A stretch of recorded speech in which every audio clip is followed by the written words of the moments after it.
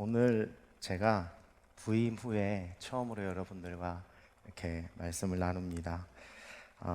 더불어서 제가 한국으로 와서 처음 이렇게 단위에 서서 여러분들과 성도님들과 이렇게 나누는 말씀입니다. 그래서 그런지 제가 지난 주일날 수요 예배 설교를 해달라는 말을 들었습니다. 그래서 그때부터 준비를 했는데 이 강단에 올라오기 직전까지 고치고 바꾸고 지우고 그러면서 엄청 힘들었습니다. 그만큼 제가 긴장도 하고 그리고 그만큼 신경이 많이 쓰였던 것 같습니다. 지금 굉장히 제가 지금 떨리거든요. 굉장히 떨리는데 목사님께서 또 다음 주에 이만큼 여러분들께서 안 오시면 또 그러시니까 그럼 제가 또 피곤해집니다. 잊지 마시고 예배는 대면으로 교회에서 이렇게 함께 나누시면 감사하겠습니다. 목사님께서 소개를 너무 잘 해주셔가지고 제가 앉아있는데 몸둘 바를 모르겠더라고요. 저는 그렇습니다. 17년간 미국에서 있다가 왔고요. 그리고 한국에는 순전히 목회를 하기 위해서, 사역하기 위해서 나왔습니다. 차차 여러분들과 계속해서 교제를 하면서 또 알아가는 시간을 갖도록 하겠습니다.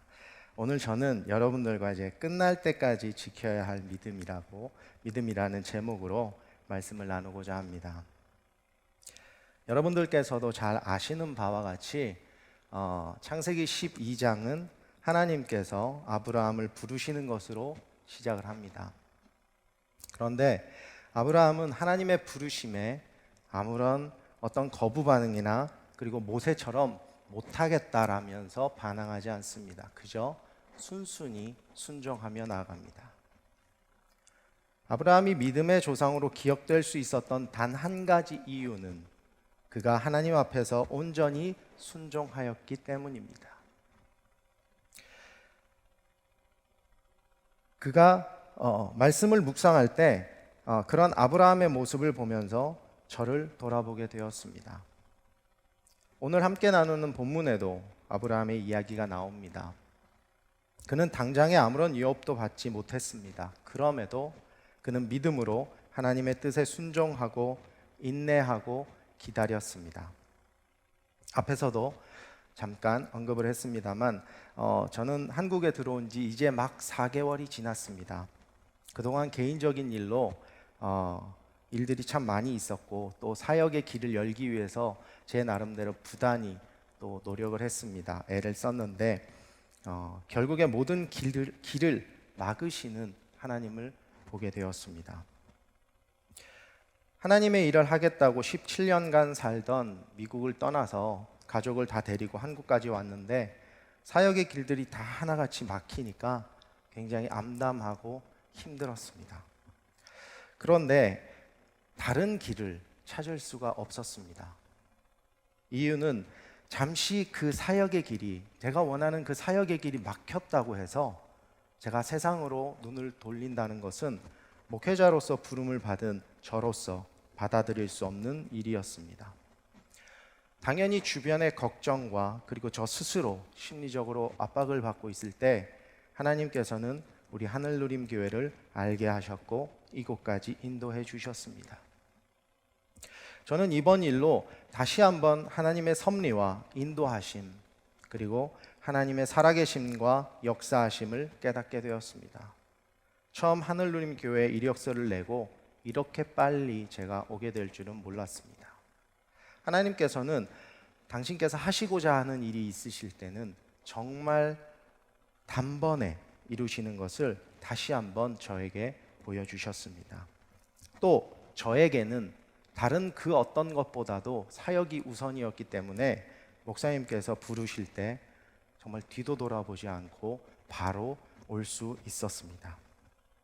돌이켜서 생각해 보니까 한국에 돌아와서 지냈던 시간 동안 하나님께서는 저에게 나름의 훈련과 그리고 세상에서의 일과 하나님의 일을 하는 것에 있어서 선택의 시간을 주셨던 것 같습니다.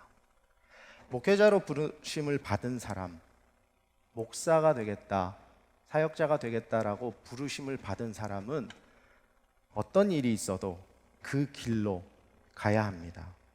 그냥 가는 것이 아니라 사명감을 가지고 그 길로 나아가야 합니다. 지금 나의 상황이, 환경이 조금 힘들고 또 열리지 않는다고 해서 세상을 바라본다면 그것은 하나님께서 기뻐하는 일이 아닐 거라고 생각을 했습니다. 물론 내 가정이, 내 가족이 지금 먹을 게 없어서 힘들어 한다면 당연히 일을 해야죠. 목사이기 전에, 사역자이기 전에 한 가정의 가장으로서의 책임입니다. 그러나 하나님께서는 저를 그렇게 내버려 두시진 않으셨습니다. 그래서 저는 지난 4개월 동안 보내면서 힘들고 그리고 소가리도 많이 했었지만 그러는 가운데 믿음에 관해서 다시 한 번 더 묵상하며 어떤 상황에서든지 흔들리지 않는 믿음을 생각하게 되었습니다. 그래서 오늘 저는 우리 하늘누림 교회 성도님들과 나누는 첫 번째 예배, 첫 번째 말씀 나눔을 믿음에 대해서 나누고자 합니다. 오늘 말씀을 통해서 우리 주님께서 부어주시는 크신 은혜와 축복을 누리시는 귀한 시간이 되시기를 축원합니다. 우리는 믿음이라는 단어를 참 많이 사용합니다. 그리고 그 믿음으로 인해서 다른 사람들을 정죄할 때도 많이 있습니다. 나는 믿음이 좋아. 나는 얼마 동안 신앙생활을 했기 때문에 이렇게 믿음이 있을 거야 라고 생각을 합니다. 그래서 믿음이 너무나도 주관적으로 사용될 때가 많이 있다라는 생각을 합니다. 그러나 우리는 말씀을 믿는 사람들이고 또 믿음의 성도들입니다. 그렇기 때문에 성경이 믿음에 관해서 뭐라고 말하는지 우리는 봐야 합니다. 오늘 본문 1절은 믿음의 정의를 내리는 것으로 시작을 합니다. 믿음은 바라는 것들의 실상이요 보이지 않는 것들의 증거니라고 기록하고 있습니다. 믿음은 하나님이 약속한 상급의 실현을 바라는 미래뿐 아니라 하나님의 존재, 섭리, 신실함, 능력의 실제라는 보이지 않는 현재에 대해서도 소망합니다. 미래의 소망은 성경적 범주에 기반을 두고 있고 또한 보이지 않는 것들은 영적 세계의 모든 것을 뜻합니다. 히브리서 기자는 이 세계가 하나님의 말씀으로 창조된 것을 알게 하는 것이 믿음이라고 3절에 기록하고 있습니다. 우리가 세상에 태어나 보니 이 세상은 이미 창조되어 있었습니다. 그 말은 하나님께서 세상을 창조하시는 것을 우리가 눈으로 본 적이 없다는 것입니다. 그럼에도 불구하고 우리는 하나님께서 이 세상을 창조하셨고 우리 인간 역시도 하나님의 형상으로 만들어졌다는 것을 믿고 받아들입니다. 우리가 주목하는 것은 보이는 것이 아니요 보이지 않는 것이니 보이는 것은 잠깐이요 보이지 않는 것은 영원함이라고 사도 바울은 고린도후서 4장 18절에 기록하고 있습니다. 우리는 눈에 보이는 것을 믿는 사람들이 아니라 보이지 않는 하나님과 하나님의 역사와 주 예수 그리스도를 믿습니다. 오늘 우리가 읽지는 않았지만 4절부터 계속해서 믿음으로라며 아벨과 에녹과 노아와 아브라함과 사라를 언급합니다. 이들의 공통점이 있는데 모두 예수 그리스도가 오시기 전에 살았던 사람들인 것과 하나님 아버지를 경외하는 믿음을 삶으로 보여준 사람들이라는 것입니다. 이들의 믿음을 보면 주변 사람들의 시선에 흔들리지 않았다는 것입니다. 특별히 노아는 하나님의 경고하심을 듣고 자신의 평생을 바쳐서 방주를 지었습니다. 그것도 하나님께서 일러주신 대로 지었습니다. 그러는 동안 사람들은 자신들이 그렇게 살아왔듯이 시집가고 장가가고 자신들이 좋을 대로 그렇게 살았습니다. 그럼에도 노아는 하나님의 명령을 묵묵히 수행해 나갔습니다. 또 한 가지 이들의 공통점은 모두 하나님과 동행하는 삶을 살았다는 것입니다. 하나님과 동행하는 삶이란 바로 하나님을 기쁘시게 하는 삶을 말합니다. 즉 하나님을 경외하고 믿고 순종하는 삶을 살았다는 것입니다. 히브리서 기자는 11장 6절에 이렇게 기록했습니다.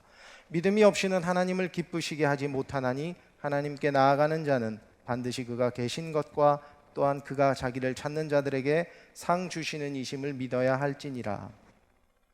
하나님을 경외하는 삶은 하나님을 잘 믿는 삶입니다. 하나님을 잘 믿는 삶을 살 때 우리는 하나님이 기뻐하시는 삶, 하나님과 동행하는 삶을 사는 것입니다.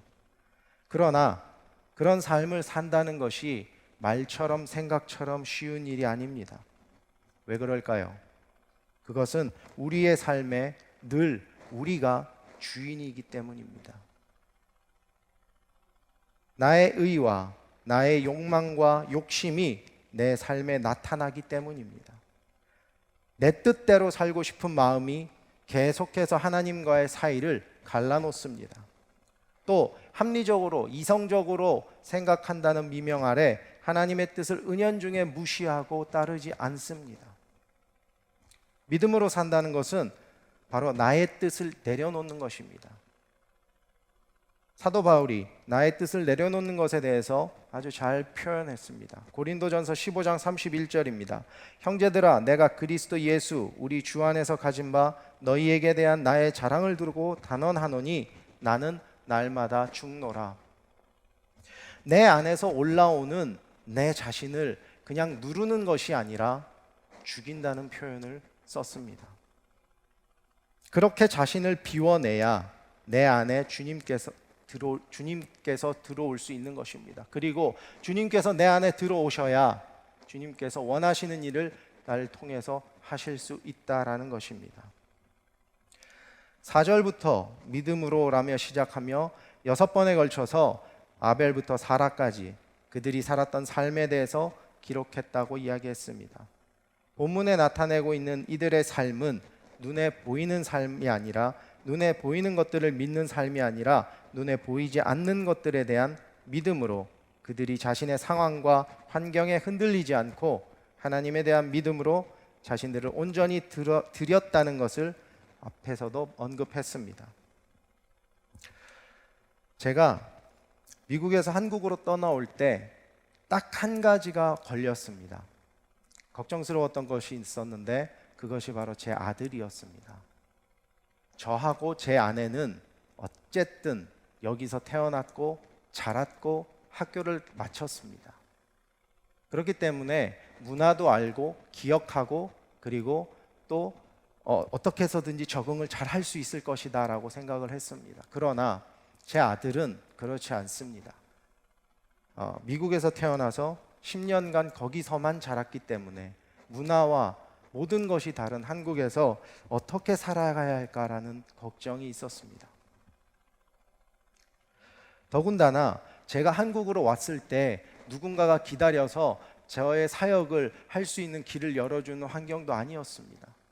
바로 또 사역을 할 수 있는 여건도 아니었습니다. 앞에서 목사님께서 소개했듯이 미국에서 신학을 했기 때문에 여기서는 어떠한 목회적 배경이 없었습니다. 나름대로 4개월을 지내면서 사역의 길을 열기 위해서 많은 노력을 했었지만 앞에서도 언급했듯이 모든 사역의 길은 막혔습니다. 또 제가 처갓집에 있었거든요. 여러분들, 제가 뼈저리게 느꼈습니다. 왜 보리쌀 3마리면 처가살이를 하면 안 된다라고 했는지 몸으로 결국은 체험을 했습니다. 그렇다고 해서 저희 장인어른이나 장모님께서 아주 눈치를 주셨다거나 그러진 않았습니다. 또 사위가 목사라고 굉장히 어려워하시고 또 굉장히 잘해 주셨습니다. 그럼에도 마음이 편치 않은 것은 어쩔 수 없는 것 같았습니다. 사역에 대한 소명을 지키고 그렇게 힘든 와중에서도 제가 사역에 대한 그런 마음을 지키고 그리고 기다릴 수 있었던 이유는 분명히 나를 한국으로 보내신 분은 하나님이라는 그 사실을 믿었기 때문입니다. 분명히 하나님께서 보내셨지 제가 온 것이 아니에요. 저는 오고 싶은 마음이 없었습니다. 그런데 하나님께서는 저와 저희 가족을 이곳에 데려다 놓으셨습니다. 때문에, 그 믿음이 있었기 때문에 흔들리지 않았습니다. 또 한 가지는 어쨌든 제가 결정을 했으니까 왔겠죠. 그런데 저희 아내는 그 결정을 의논한 것이 아니라 통보받았습니다. 그렇기 때문에 거의 끌려온 것이나 마찬가지예요. 저희 아들은 뭐 생각 없이 따라온 거고요. 그런데 만약에 제가 흔들려 버리면 저희 가족이 얼마나 힘들어지겠습니까? 그래서 저는 제가 사역할 것이라는 것에 대한 믿음을 놓을 수가 없었습니다. 감사한 것은요, 그 한국에 와서 지금까지 제가 사역을 하지 못할 거라는 단 하나의 의심도 하지 않았다는 것입니다. 또 더 감사한 것은요, 제가 한국을 나온 것에 대한 것도 후회하지 않더라는 것입니다. 저는 그 마음을 우리 성령님께서 저에게 부어주셨다고 믿습니다. 그리고 가장 걱정했던 아들은 한국에 오자마자 학교를 들어갈 수 있게 되었습니다. 그리고 학교를 가게 되었고, 그리고 적응하기까지, 물론 지금도 적응 중에 있습니다만 우리 가족 중에는 제일 먼저 자리를 잡고 바쁘게 생활을 하고 있습니다. 저는 저희 아들이 학교를 다니고 한글을 배우고 한국말을 배우는 것을 보고 그렇게 조금씩 적응해 나가는 그 모습을 보면서 이런 생각을 했습니다. 아, 내 아들이 걱정이 아니고, 내 아들이 문제가 아니라 내가 가장 큰 문제구나. 아, 내가 제일 걱정이구나. 아, 나만 잘하면 되는구나 라는 것을 깨닫게 되었습니다.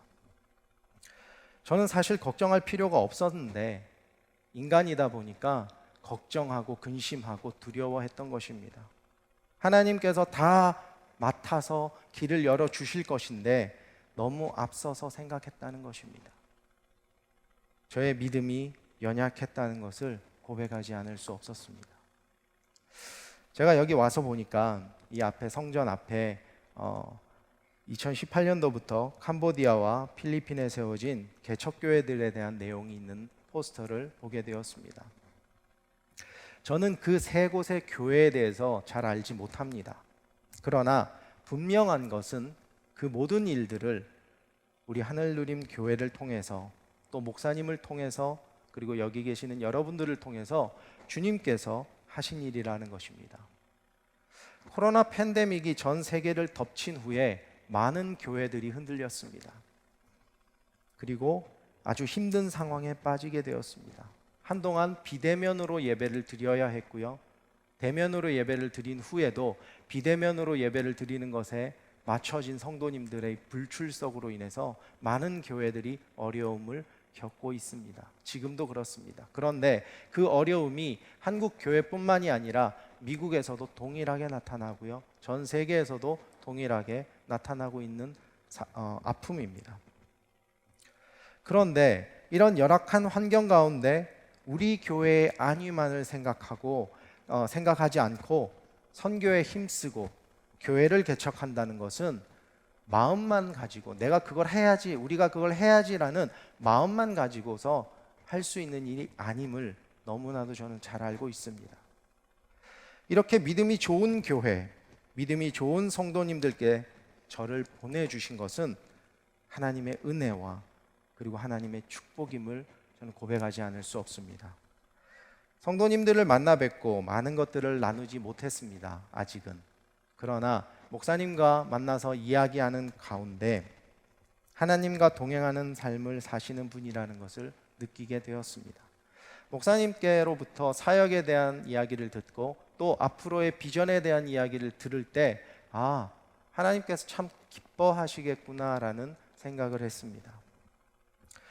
담임 목사님께서 이렇게 하나님과 동행하는 삶을 사시는데 당연히 성도님들께서도 담임 목사님으로부터의 영향을 받아서 그렇게 하나님과 동행하는 삶을 사시겠구나라는 생각을 했습니다. 우리 그리스도인들은 삶의 모든 초점이 하나님께로 맞춰져서 살아가야 합니다.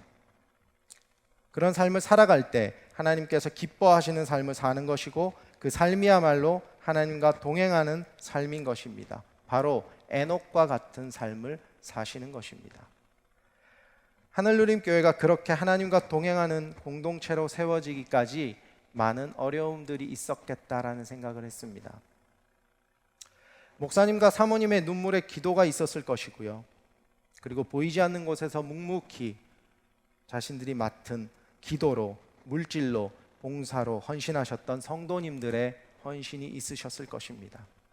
오랜 세월 동안 목사님을 중심으로 그렇게 세워져 하늘울림교회가 여기까지 오게 되었다라고 저는 믿습니다. 예전에 제가 부산 수영로교회를 다닐 때, 제가 고향이 부산이거든요. 그래서 그 교회를 다녔었는데, 얼마 전에 소천하신 고 정필도 목사님께서 이런 말씀을 하셨습니다.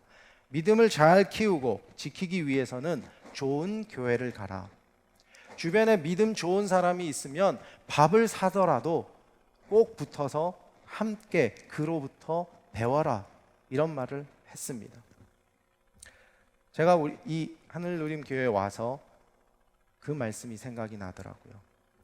제가 여기에 2주 전에 처음으로 왔습니다. 처음 와서 느낀 점, 매우 따뜻하다라는 것을 느꼈습니다. 그리고 강도사님들로부터, 목사님으로부터 교회에 대해서 소개받았을 때 참 대단한 교회다라는 생각을 했습니다. 이런 좋은 믿음이 있는 교회, 믿음이 좋은 신앙의 선배님들이 계신 교회로 저를 인도해 주신 것은 하나님의 은혜입니다. 저는 그렇게 믿습니다. 목회자로서 많이 배울 수도 있고, 또 나아가서 비전을 함께 공유할 수 있고, 그리고 함께 세워나갈 수 있는 그런 좋은 교회가 바로 하늘누림 교회라고 생각을 했습니다. 어떻게 아냐고요? 교역자가요, 한 교회에서 5년 이상 섬기기가 쉽지 않습니다.